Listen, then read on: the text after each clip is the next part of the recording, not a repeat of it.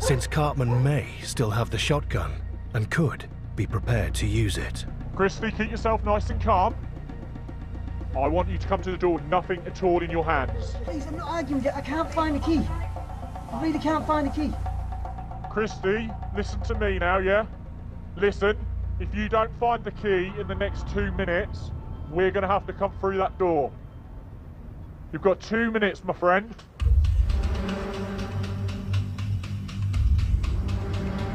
Christy, yeah? I found the key. You found the key? Okay, the door, please. Come, Christy, straight to the door now. Nothing in your hands. No? Christy, listen. Christy, we have been fair, giving you that time. Now come straight to the door with nothing in your hands.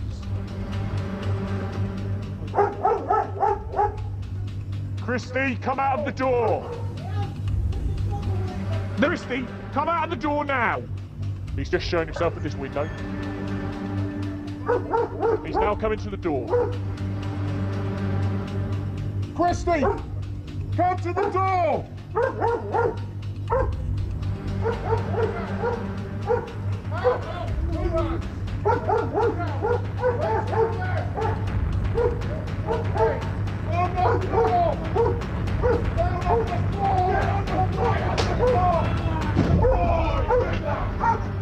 Stay there, stay there, stay there, stay there.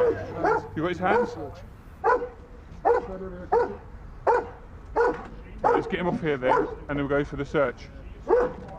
While the suspect, Christy Cartman, is taken to custody, Are you right there? officers search the flat for weapons.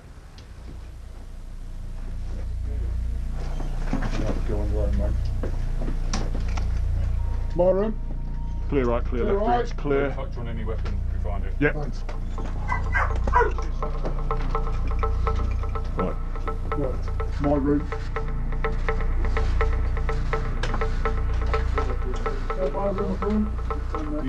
That is fucking busy. There could be a gun up here anywhere. Okay, matey. Just stand by. And eventually, a shotgun is found, hidden behind a water tank. 2 suspects are in custody. Now, the detectives must search out the truth and find evidence to prove it before they confront the 2 suspects. Where's some drugs? Where's some drugs? Okay, so there's a clear motivation there, isn't there? Yeah, lots of references to where are the drugs throughout. Where's all the drugs? Where's the drugs, Willie? So this is another thing off the address. Where's all the drugs? It's certainly a targeted burglary. They've gone there with a view to obtain some drugs. Yeah. Have we got any links to drugs or any of the occupants known for that at the moment? Nothing that's been raised. I mean, none of them at any point say a name. It would indicate they know one another. No. So, I mean, it could be a case that they've got the wrong address.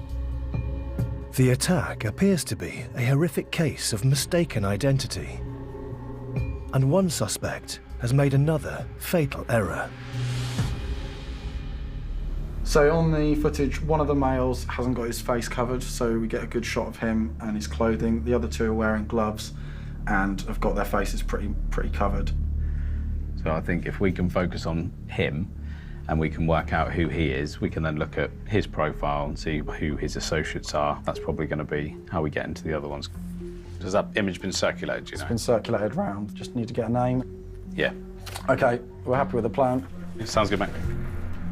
So an aggravated burglary is a really serious, violent offence, and it's going to carry a sentence of at least 10+ years. The incident would have been terrifying for the victims. So in an investigation like this, every minute counts. We really want to get hold of these people as soon as we can. The longer they're outstanding, the longer they have to be able to dispose of things and come up with various alibis. When the image of the unmasked suspect circulates around CID, The ID is girlfriend, your placement CC this. Oh yeah, I've just got it as well. it's not long before there's a positive hit. What we got? They've given us a potential name from a Facebook account. And Okay. Mike was looking into that and thinks it might come back to Aaron McIntosh. So this is his latest custody photo. When was that taken? That is 4 years ago, Okay, 3.5 years ago. Yeah. If I'm looking visually, obviously I've never met him, but that looks like that's a good bet for who that likely is. So this is our first suspect. He's been identified as Aaron McIntosh from the CCTV at the scene, and he is known to the police.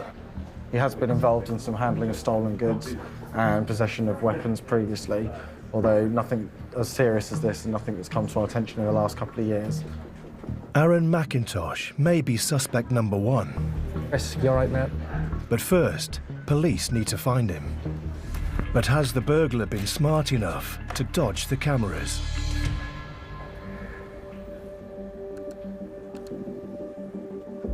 Okay, so this one is on the roads of Scrapby, just before the burglary occurs.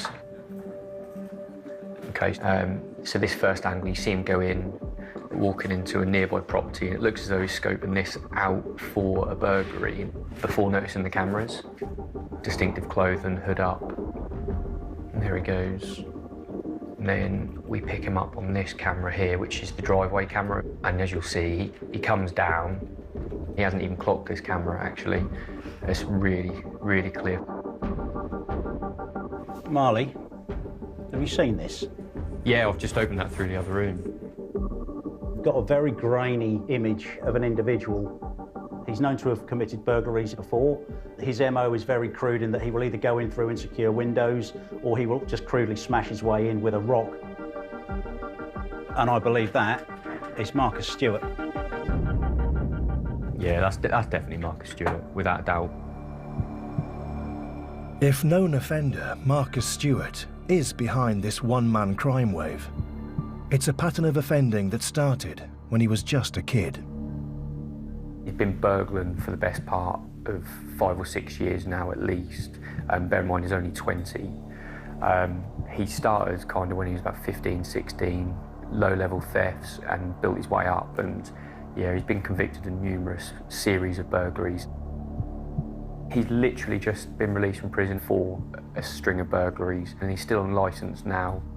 Our offender management team were fairly confident that he was doing well.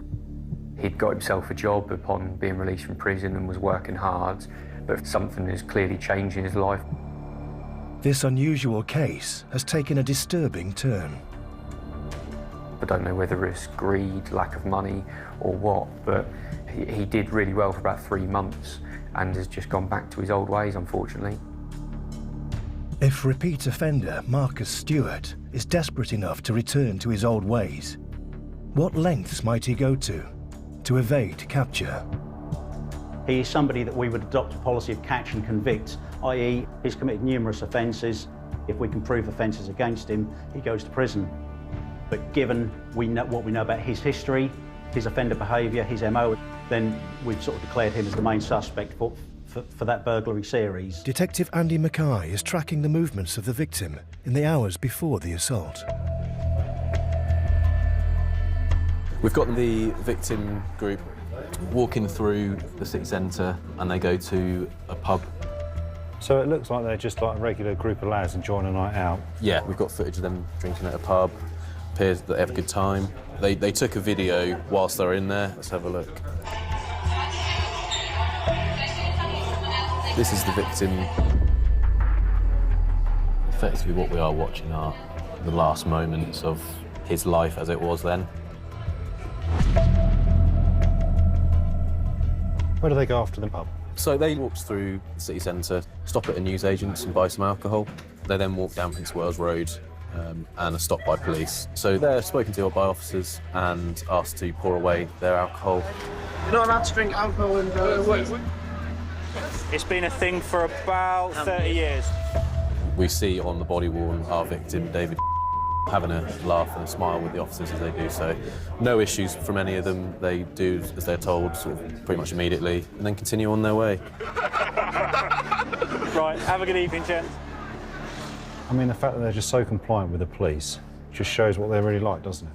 Yes, they walk up Rose Lane and wait for a taxi at the assault location. And about 20 minutes after that, our victim's knocked unconscious and suspects run off. And that's where the trail runs cold, yeah? Yeah, when you piece everything together and the more you view, the more you sort of feel horrendous about what's happened. Yeah, it's truly horrific. With no sign of the suspects, it appears that the victim's first encounter with his attacker was just moments before the horrific blow was struck. Can we check the cameras surrounding the assault location to see if we can track them when they leave? It's a pain that it's grainy. Can you try back onto Prince Wales Road? Look, that's our suspects there. Oh yeah, here they are. So that's them leaving. We can't see any faces. How unlucky are we? That's pain, so that's gone. We've then got CCTV from the council. Where is it? There we go. Stop it there. That's our suspects there. I'm sure it is. That's as witnesses describe them, look. This is minutes after the assault, and they're probably 50 to 100 metres away from the scene. Them smiling there just demonstrates their sort of demeanour in the immediate minutes after them knocking someone out. We've collated this map from the city centre up to the point that our victim was found. This road here is the ring road of Norwich, and within this road is the city centre. This is where we first have our victim on CCTV. Tracking his route out of the city, DC Weir identifies what could be the suspects. That's it. There's our victim. I can see him in the footage with two males. One is walking along the road and one is on a push bike. Look at that left arm swing. That is such a distinctive walk. This is our victim, almost at the area as to where this offence happened. Linking potential suspects to the victim is a positive development. But if they can prove that they also committed other offences, it will help build a stronger case. So I've recovered CCTV footage. You can see it's at 20 to 4 in the morning. And he's showing some interest in that push bike. Yeah, he's trying to steal that push bike. He's just trying to cover his face there. He's pulled his hat down. And that's certainly the male that he was with in the prior footage. It's a very distinctive walk where he swings his left arm. You can see this other male directing him almost in how to unlock it from the chain. That is definitely those two males. Clearly they've gone out to commit crime tonight. There's now good circumstantial evidence, but the suspects still need to be identified. Fortunately, Craig gets a break. This footage is pre-assault. It's at 10 to 3 in the morning, and so it's over 2 hours before our assault. The camera's actually just panned on one of the males. He's a tall male, and I'm pretty sure I've met him before. I think it's a fella called Adam Royal.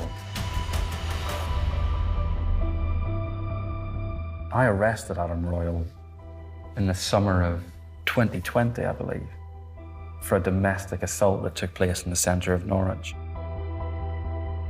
He has previous for dishonesty offences. He's been in prison for theft and violence, including robbery. I'm confident that that is Adam Royal, and knowing his previous and knowing the people that he associates with, I think there's a very strong possibility that he's involved in this incident.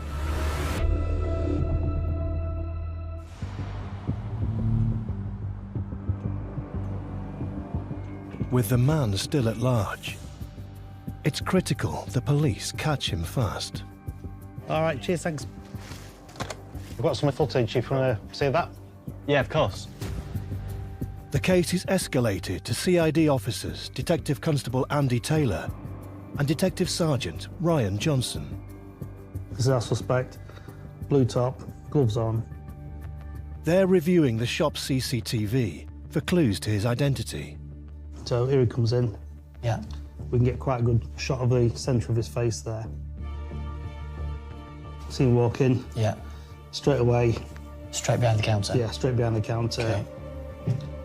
He makes threats. Speaking to the staff, he's actually basically said, I'll chop your hands off if you don't open the till. Right. So, I mean, you can see how scared he is. Yeah.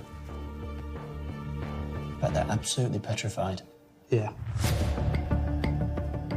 He's loading his bag up with the cash. He tells him to open the other till as well.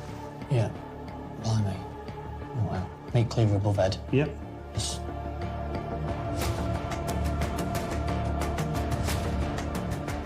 Yeah, this bit here is where the staff member actually disarms him.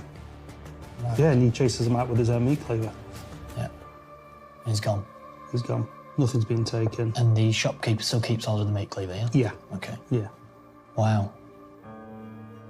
Do we know anything else whatsoever about the suspect at the minute? At the moment, unknown. Okay. He appears to be on foot. Yeah. Our response cops are out on the ground at the moment. They're doing air researches. They've all been passed an image from the CCTV of the clothing. Again, quite distinctive. We'll get intel to do some digging around and see who's local in the area, who's been out and about. And if there's any intel to suggest anyone that wears a bright blue rain-style jacket. Okay. Let's start on a wider CCTV trail now. We need to see where he's come from and try and backtrack his movements as far as possible to see if we can link him to an address. Yes, no worries. With the man's whereabouts unknown, it's vital that police identify and track him down before more violence breaks out. We've seen a significant increase of knife-point robberies. Victims are absolutely petrified. It's imperative that we take as much positive action as we can, bring offenders to justice and in essence, put them in prison.